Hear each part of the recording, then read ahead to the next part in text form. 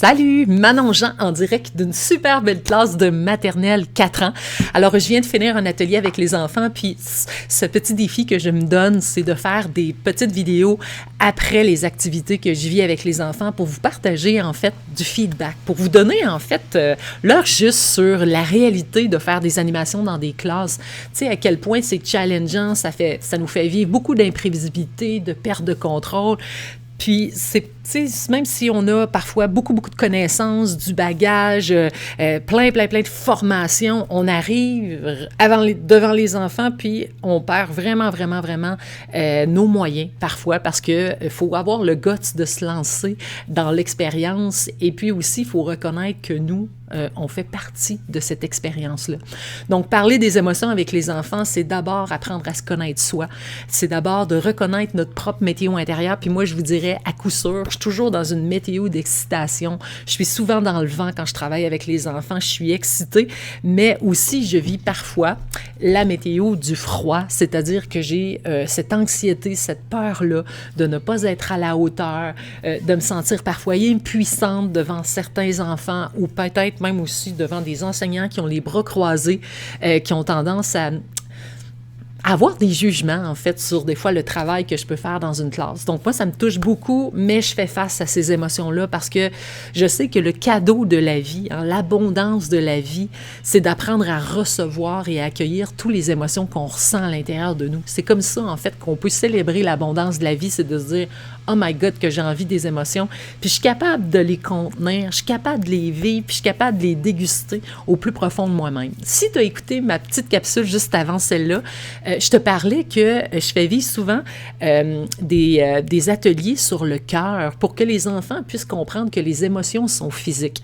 Aujourd'hui, j'aimerais t'apporter, en fait, un petit conseil, des exercices en lien avec, justement, quand on comprend que nos émotions sont physiques, c'est-à-dire que, petit cœur, qu'est-ce que tu vis parfois? Puis là, mon petit cœur, il me dit, bien, parfois, je palpite. Ah ouais, tu palpites? Dans quelle émotion vis-tu ça et quelle situation vis-tu? Bien, c'est peut-être, par exemple, quand tu es stressé, c'est peut-être, par exemple, quand tu vis la météo du vent, c'est peut-être quand tu vis, justement, la perte de contrôle.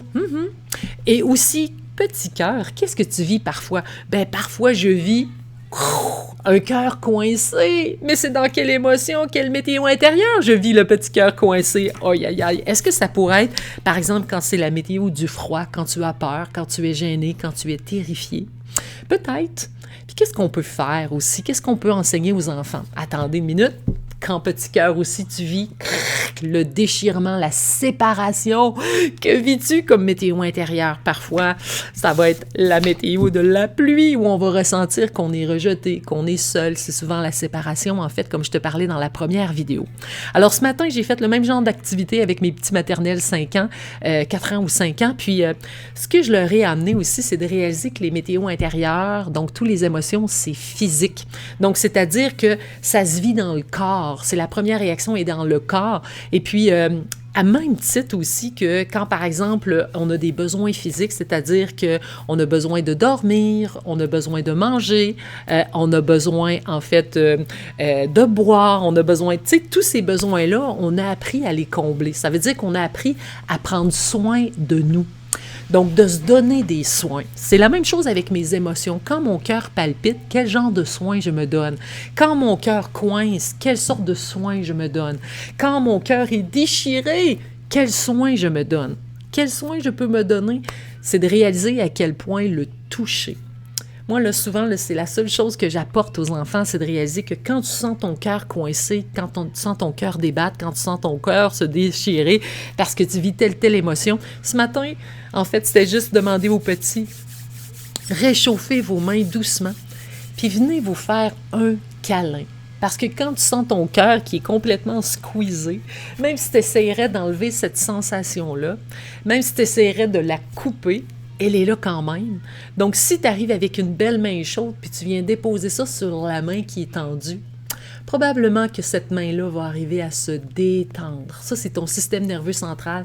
Tu vas arriver à revenir dans un système qui est dans un système parasympathique de détente, de sécurité émotionnelle affective. Il faut apprendre, en fait, aux enfants à devenir leurs propres parents. Il faut apprendre à ces enfants-là à se faire des propres câlins puis de sentir que ça a autant d'impact que si maman te prendrait dans ses bras, que papa aussi, que ton enseignante, que ton grand-parent. Bref, apprendre toi-même à reconnaître ton émotion, mais tu sais, reconnaître l'émotion, ouais, puis après, qu'est-ce que je vais faire? Ben juste, tu sais, réaliser que si je me prends dans mes bras comme ça, puis je fais juste me donner des petites, des câlins, puis je prends le temps de juste déposer mes mains chaudes sur moi, puis me faire juste des petits frottements comme ça, c'est que ça fait, en fait, sécréter de l'ocytocine, qui est une hormone, en fait, qui est sécrétée par l'épiphyse ou l'hypothalamus ou l'hypophyse. Bref, ça se passe dans le cerveau. Et puis, cette hormone-là, c'est une hormone du lien. Ça amène de l'apaisement et ça calme. Donc, c'est instantané. Puis ça, là, c'est réaliser à quel point on peut créer ça chez nous si on est capable de passer au-delà, de ressentir une sensation inconfortable et de se donner un soin. Alors, récapitulons aujourd'hui, ce que je voulais t'enseigner, c'est à quel point prendre soin de se donner des soins.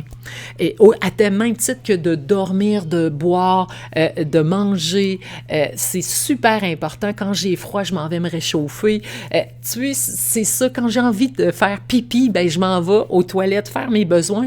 Ben c'est ça, c'est de réaliser à quel point je peux vraiment contribuer à me donner des soins, mais ces soins-là, il faut que j'apprenne à les donner à mes émotions aussi.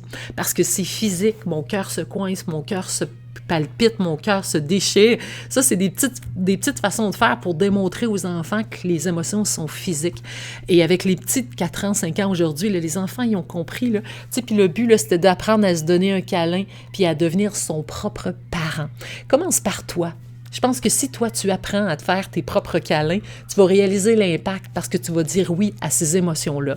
En terminant, ce matin, j'avais écrit un courriel à ma liste, puis il y a une enseignante, c'est vraiment drôle, puis si tu m'entends, je te remercie tellement parce qu'on s'est croisés ce matin, puis elle me disait ça, que le courriel que j'avais écrit ce matin sur l'émotion du dégoût, puis à quel point c'est important, en fait, de reconnaître ça, puis elle me disait que la météo intérieure avait changé, en fait, sa vie de classe, parce que maintenant, les émotions sont au rendez-vous. Les émotions, ça se parle, ça se dit, mais surtout, c'est qu'elle, en tant qu'enseignante, elle se permet de vivre et d'exprimer ça.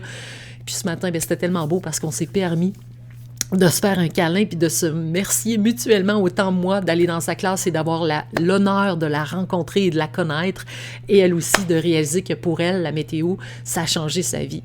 Alors, je souhaite que vous autres aussi, vous puissiez aussi mettre le pas, mettre l'emphase sur vos émotions, parce que vous ne savez pas à quel point c'est de se rendre honneur à soi, puis si vous êtes capable de vous rendre honneur à vous, vous pourrez honorer tous les gens que vous côtoyez.